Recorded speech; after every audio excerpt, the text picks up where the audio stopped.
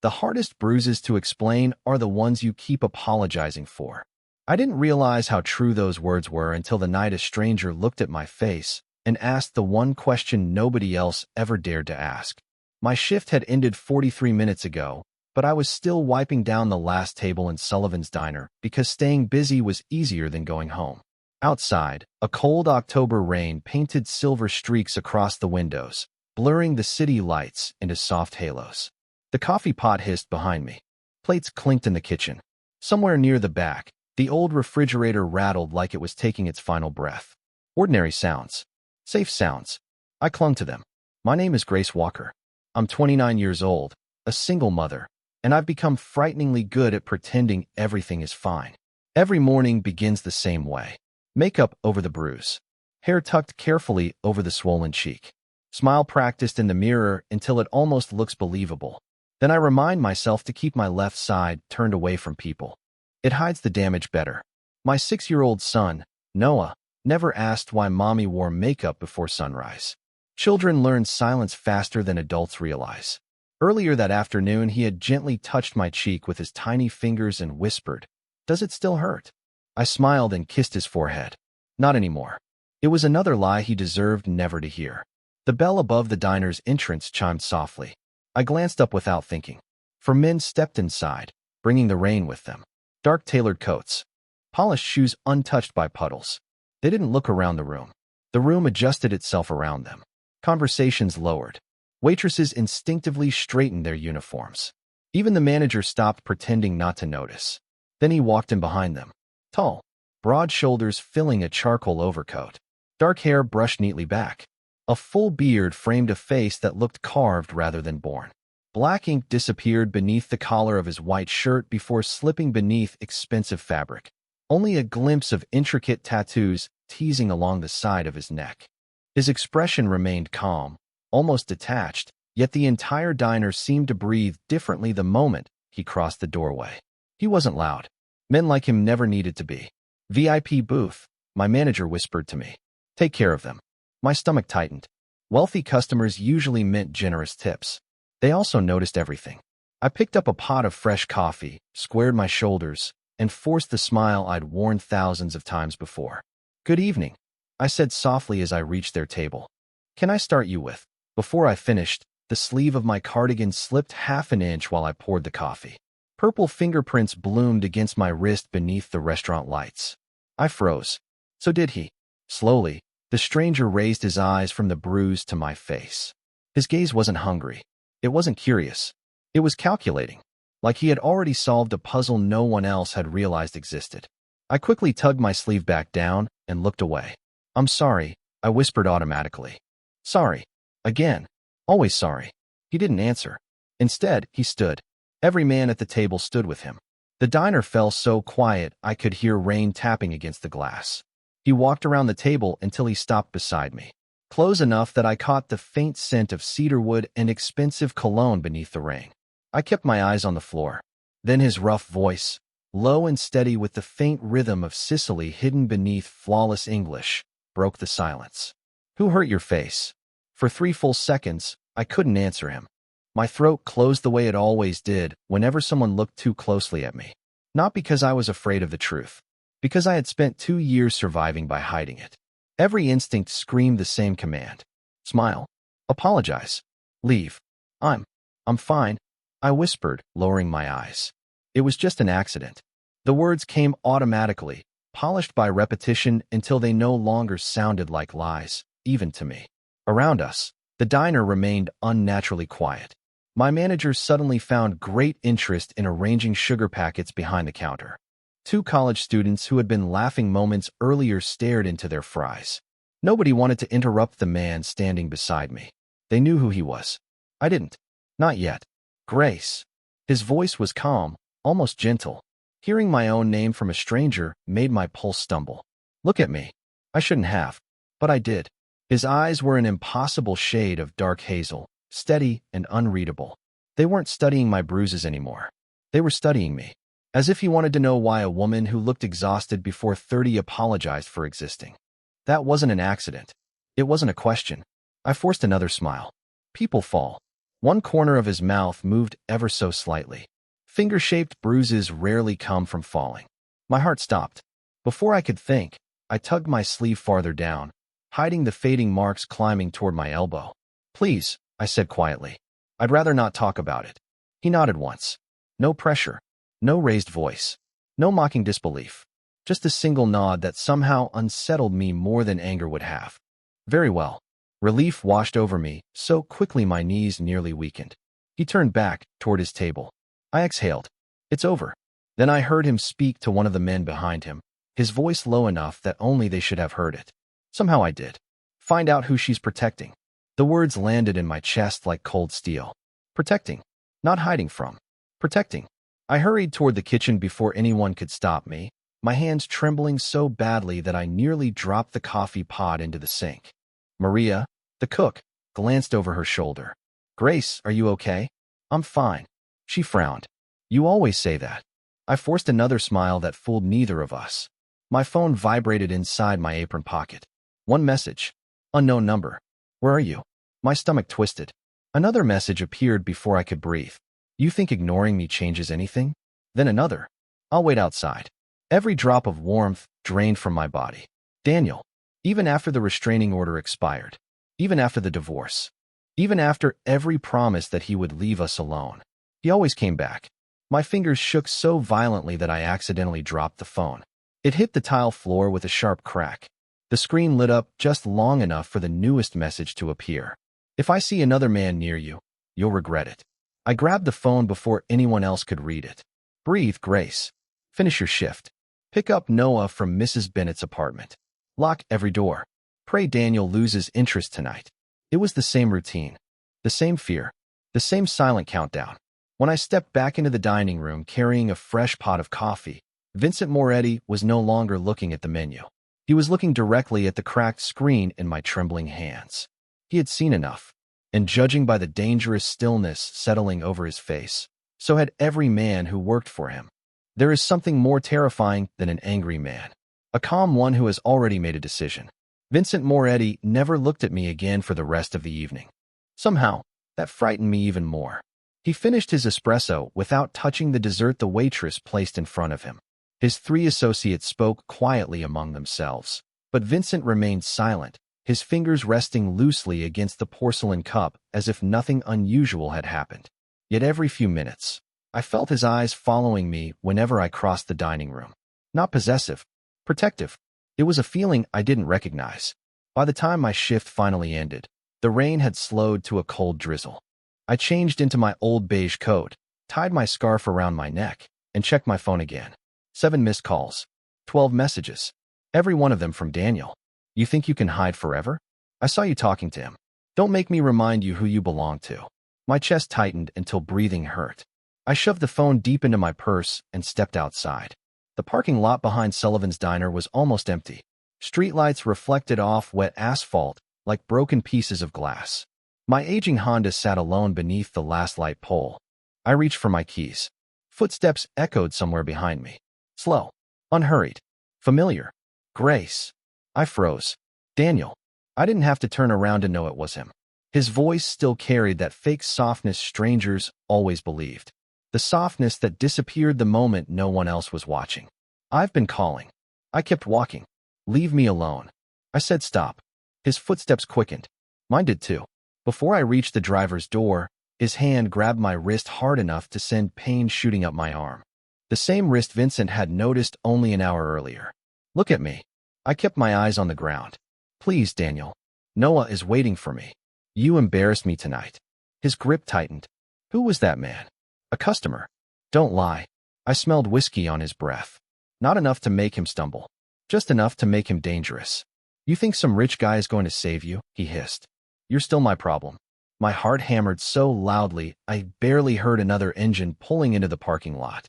Headlights swept across the pavement before stopping several yards away. A black SUV. Daniel glanced toward it, annoyed more than worried. "Mind your own business," he muttered under his breath. 4 men stepped out first. Tailored black suits. Calm expressions. They spread across the parking lot with practiced precision, not rushing, not threatening, simply removing every possible exit. Daniel finally released my wrist. Who the hell are these people? No one answered him. Then Vincent stepped out of the SUV. Rain settled across the shoulders of his charcoal coat, but he didn't seem to notice. He walked toward us with the same measured pace he'd used inside the diner. Every step quiet, every step certain. He stopped several feet away. His eyes never left the fresh red marks already forming around my wrist. "So," he said, his voice almost conversational, "this is the man you've been protecting." Daniel laughed nervously. "This doesn't concern you, buddy." Vincent looked at him for exactly 1 second before turning back to me. "Grace." His tone softened in a way that caught me completely off guard. "Is this the man who has been hurting you?" My lips parted, but no sound came out. Years of fear held the answer hostage inside my chest. The silence lasted only a heartbeat. It was enough. Vincent gave one nearly invisible nod. One of his men quietly stepped away, speaking into an earpiece. Vincent slipped both hands into the pockets of his overcoat, his expression unreadable. "Thank you," he said softly. "That's all I needed to know." Power doesn't always arrive with gunfire. Sometimes it arrives in complete silence. Daniel looked from Vincent to the 4 men standing several yards behind him and laughed, but the sound carried no confidence. It was the kind of laugh people used when they suddenly realized they had misjudged the room. "You got something to say?" he asked, squaring his shoulders. Vincent remained perfectly still. Rain slid from the edge of his overcoat, disappearing into the black pavement beneath polished leather shoes. His expression never changed. "I already said what I came to say," he replied evenly. "Now I'm listening." Daniel scoffed. "She's my ex-wife. This is family business." I closed my eyes for a moment. I had heard those words too many times. Family business. They had excused every slammed door, every broken promise, every bruise hidden beneath long sleeves. Vincent glanced at me only briefly before returning his attention to Daniel. "No," he said quietly. "Family doesn't make someone flinch when they hear footsteps." My breath caught. I hadn't realized I had taken a step backward the moment Daniel raised his voice. Vincent had noticed. Of course he had. Daniel forced another smile. "She fills your coffee once, and suddenly you're a hero?" "No." Vincent's answer came without emotion. "I simply dislike cowards." The air between them seemed to freeze. Daniel took 1 step forward. Instantly, the 4 suited men shifted ever so slightly. They didn't touch him. They didn't threaten him. They merely moved with such precision that Daniel suddenly understood he was surrounded without anyone laying a hand on him. For the first time that night, uncertainty crossed his face. Vincent slipped one hand from his coat pocket and straightened the cuff of his shirt with almost casual elegance. A glimpse of intricate black tattoos disappeared beneath the tailored sleeve. "Listen carefully," he said. "You will leave tonight." Daniel snorted. "Or what?" Vincent tilted his head ever so slightly. "Or tomorrow becomes much more complicated than today." There was no anger in his voice. No shouting. Just certainty.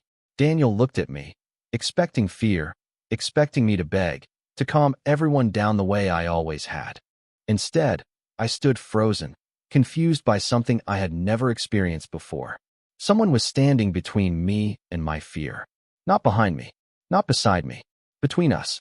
Daniel muttered a curse under his breath before pointing a finger toward Vincent. "You don't know who you're dealing with." Vincent almost smiled. "You're right." A long silence followed. Then he added, "But I know exactly who you are." One of Vincent's men approached quietly, holding a slim folder. He handed it over without a word. Vincent opened it, glanced at a few pages, then closed it again. "Daniel Brooks," he said calmly. "Construction contractor. 3 civil complaints. 2 unpaid settlements. Gambling debts. A suspended business license under review." Daniel's face lost its color. "How the hell?" Vincent closed the folder. "You mistake privacy for invisibility." My heart pounded. All of this, in less than an hour? Vincent handed the folder back without another glance. "Go home," he said. "Take tonight as a gift." Daniel stared at him for several tense seconds before finally stepping backward. He looked at me one last time, his eyes filled not with regret, but with resentment. "This isn't over, Grace." Then he climbed into his truck and sped out of the parking lot, tires spraying rainwater across the empty street. The sound of his engine faded into the distance. My knees nearly gave out from relief. Vincent didn't celebrate. He didn't watch Daniel leave. Instead, he turned toward the angry red marks circling my wrist. His voice softened until it barely rose above the falling rain. "He's not afraid of the law," he said, "which means he'll come back." I looked down, unable to answer. Vincent's gaze remained steady. "When he does," he said quietly, "he won't be meeting the same woman he left behind tonight." Safety doesn't feel dramatic when you've never had it before. It feels unfamiliar. The next morning, I woke before dawn, convinced I had imagined everything that happened in the parking lot. Men like Vincent Moretti didn't simply appear in ordinary lives. They belonged to newspaper headlines, whispered conversations, and stories people lowered their voices to tell. Not to women like me. Noah shuffled into the kitchen wearing dinosaur pajamas, rubbing sleep from his eyes. "Morning, Mommy." His smile was small but real, the kind that made every difficult day worth surviving. I knelt to zip up his hoodie before kissing the top of his head. "Ready for school?" He nodded. "Do you think today will be a good day?" I paused longer than I meant to.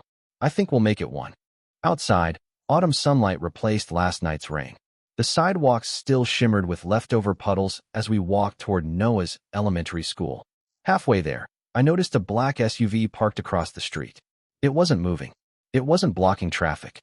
It simply sat there. When I looked again after dropping Noah off, it quietly drove away. I told myself it was coincidence. At the diner, another surprise waited. "Grace." My manager called as I tied my apron. "Someone already paid for the repair." "Repair?" He pointed toward the front window where my aging Honda now sat with a brand new side mirror. I blinked. The mirror was broken? Yesterday. He frowned. "You really didn't notice?" I hadn't. There were too many other things to notice these days. The mechanic said a gentleman arranged everything before sunrise. My stomach tightened. I didn't have to ask who. Did he leave a name? No. Of course he hadn't. Hours passed without incident. No phone calls from Daniel. No threatening messages. No unfamiliar trucks parked outside the diner. The silence should have comforted me. Instead, it made me nervous.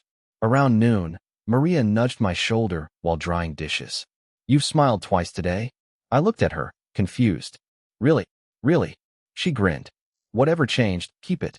I almost laughed. Nothing had changed. Had it? My shift ended earlier than usual. I hurried toward Noah's school, arriving just as children burst through the front doors with backpacks bouncing behind them.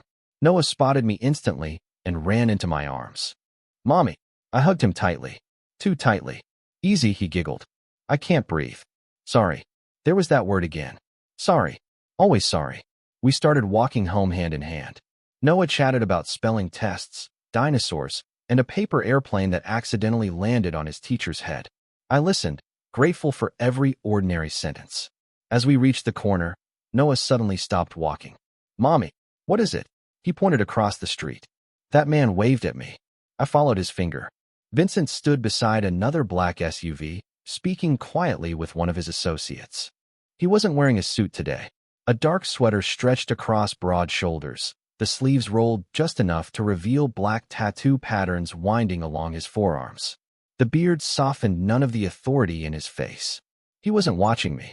He was watching the intersection, every passing car, every stranger who came too close to the school entrance.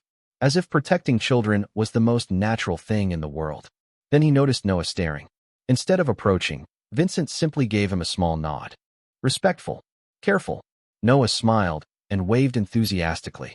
Vincent returned the wave with the faintest hint of a smile before climbing into the SUV. Within seconds, the vehicle disappeared into traffic. I stood frozen on the sidewalk. He had kept his promise. He wasn't trying to become part of our lives.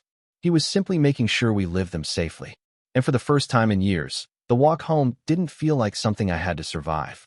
It felt like coming home. The most dangerous storms are the ones that arrive after the sky has turned blue again. 3 peaceful days passed. 3 days without a single message from Daniel. 3 mornings of walking Noah to school without checking every parked car twice. 3 evenings where I almost believed my life was finally becoming ordinary. Almost. On Friday afternoon, the diner was unusually busy. The lunch crowd had barely left when my phone buzzed inside my apron. Mrs. Bennett. She never called during school hours. My smile disappeared before I even answered. "Grace." Her voice shook. "Honey, Noah isn't here." The tray slipped from my hands and crashed against the floor. Every conversation inside the diner stopped. "What do you mean he isn't there?" I whispered. The school said someone picked him up 20 minutes ago. My heart stopped beating. Who? Silence. Then came the answer that shattered the world beneath my feet. They thought it was his father. I couldn't breathe. Daniel doesn't have permission. I know. They realized too late. The phone nearly fell from my fingers. Somewhere in the distance, people were speaking to me. Maria was asking questions. My manager was calling my name. None of the words reached me. I could hear only Noah's laughter from that morning. His tiny hand in mine. His voice asking whether today would be a good day. I ran. I didn't know where I was going. I only knew my son was gone. Outside, the afternoon sun suddenly felt cold. I dialed Daniel. Straight to voicemail. Again. Voicemail. Again. Nothing. Tears blurred my vision as I stumbled onto the sidewalk. Grace. I turned. Vincent stood beside his black SUV as if he had appeared from nowhere. One look at my face erased the calm from his eyes.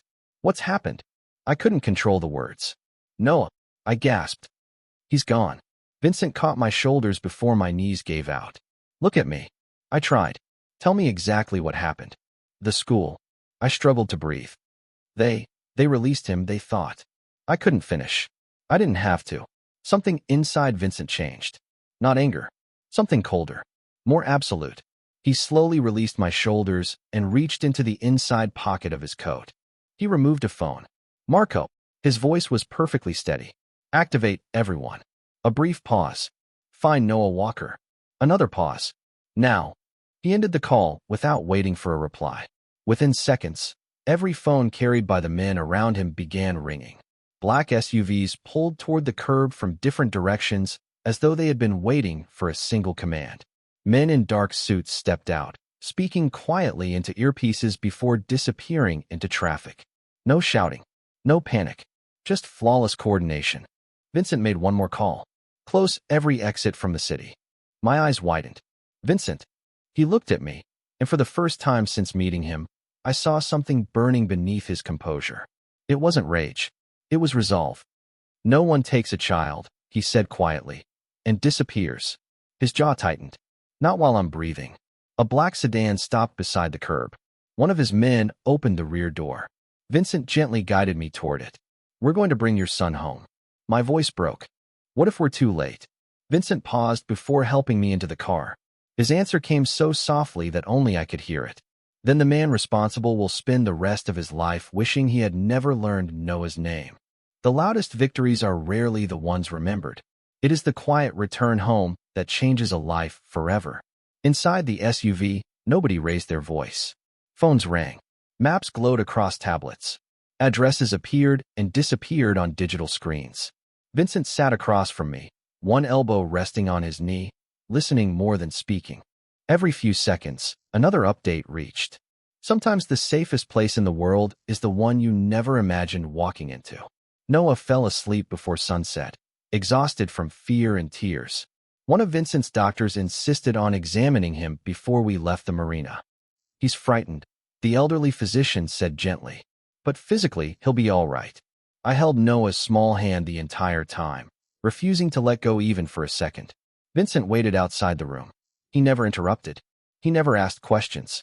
He simply gave us the space to breathe again. When the examination was over, he opened the door for us himself. Your apartment isn't safe anymore, he said quietly. The words hung in the air. I wanted to argue, to insist that I could handle my own life. But every image from the last few hours came rushing back. An empty classroom, a missing child, my own helpless scream. I lowered my eyes. Where do we go? Vincent answered with only 2 words. Come home. An hour later, the gates opened silently before a sprawling Sicilian-style estate overlooking the sea. Stone walls wrapped around the property, not like a prison, but like a promise. Warm lights glowed through tall windows. Olive trees swayed gently in the evening breeze. It didn't look like the home of the most feared man in the city. It looked peaceful. Noah stirred awake as the SUV rolled to a stop. Mommy, he mumbled. Are we safe? Before I could answer, Vincent opened the rear door. He crouched until he was eye level with Noah. Yes, he said with complete certainty. No one will frighten you here. Noah studied him for a long moment, then nodded as if those few words were enough. Children have a remarkable way of recognizing sincerity. A housekeeper welcomed us with warm towels and hot chocolate.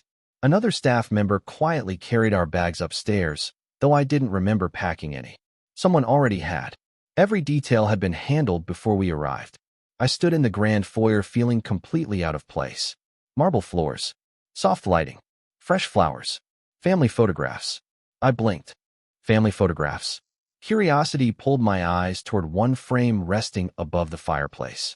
A much younger Vincent stood beside an elderly woman with silver hair. She was laughing while straightening his tie. He wasn't smiling for the camera. He was smiling at her.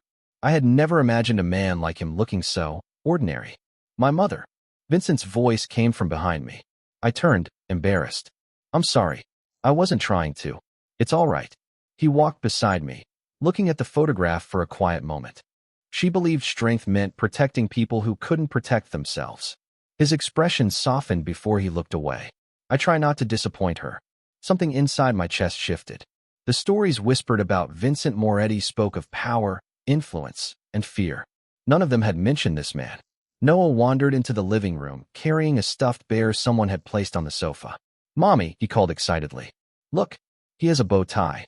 Vincent looked genuinely surprised. "I didn't know that was still here." "It's yours?" Noah asked. Vincent nodded once. It was. Noah hugged the old teddy bear against his chest. "Can I borrow him tonight?" A faint smile crossed Vincent's face. "I think he'd like that." I watched the exchange in complete silence. The feared Sicilian mafia boss wasn't teaching my son how to be fearless. He was teaching him how to feel safe again. Tears blurred my vision before I realized I was crying. Vincent noticed immediately. "Grace." His voice remained as gentle as ever. "What's wrong?" I shook my head, wiping my eyes with trembling fingers. "Nothing." I smiled through the tears. "I just forgot what kindness looked like until today." A child never asks how powerful a man is. He only asks one question. "Do you make my mom smile?" Nearly 3 months passed before I realized I had stopped checking over my shoulder. Autumn quietly surrendered to winter.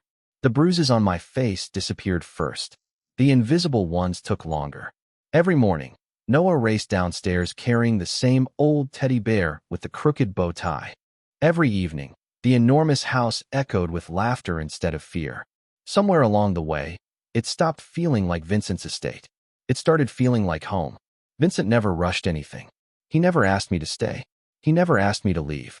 He simply made sure fresh flowers appeared in the kitchen because he once overheard me saying daisies reminded me of my grandmother. He made sure Noah's favorite blueberry pancakes somehow appeared every Saturday morning. He noticed everything, yet he never asked for anything in return. One snowy afternoon, I found Noah sitting on the living room floor surrounded by crayons and construction paper. His tongue peeked from the corner of his mouth as he concentrated with all the seriousness only a 6-year-old could possess. "Can I see?" I asked. "Not yet." He quickly covered the paper. "It's a surprise." An hour later, Vincent returned from a meeting. Snowflakes melted across the shoulders of his dark coat as one of his men accepted it by the front door. Even after everything I had learned about him, he still carried that quiet authority that made entire rooms instinctively stand straighter. Yet the moment Noah spotted him, he ran across the marble floor. "Mr. Vincent." Vincent knelt without hesitation, opening his arms just in time to catch the little whirlwind crashing into him. "Easy," he laughed softly. "You'll knock me over one day." Noah grinned. "I made something." He proudly handed Vincent a folded piece of paper covered in colorful fingerprints. Vincent opened it carefully, as though unfolding something priceless. It was a child's drawing. 3 stick figures stood beneath a bright yellow sun. One tall man, one woman with long brown hair, one little boy holding both their hands. Above them, written in uneven blue letters, were 2 simple words. "My family." Silence filled the room. Vincent stared at the drawing for several seconds without speaking. I watched his throat tighten. His eyes, always so steady, suddenly looked uncertain. Noah shifted nervously. Do you like it?" Vincent looked at him and smiled with a tenderness I had never seen before. "I don't think anyone has ever given me a greater gift." Noah threw his arms around Vincent's neck. "Can I call you Dad someday?" Time seemed to stop. Vincent closed his eyes for the briefest moment before wrapping one arm around the little boy. "Only when you're ready," he whispered. Tears blurred my vision again. Somehow, they no longer embarrassed me. Vincent slowly stood and walked toward me, still holding the drawing in one hand. Grace, he said quietly, I never wanted to replace anyone. I looked into the eyes of the man who had entered my life with one simple question on a rainy night. The man who had never once asked me to trust him. He had simply earned it, one quiet act of kindness at a time. I reached for his hand. You didn't replace anyone, I whispered. You gave us a future we never believed we could have. Snow continued falling beyond the tall windows, covering yesterday's footprints until the world looked new again. I finally understood something life had tried to teach me all along. A powerful man can silence an entire city, but the strongest man is the one who makes a frightened child laugh and reminds a broken woman that love should never leave bruises, only the courage to stop hiding them.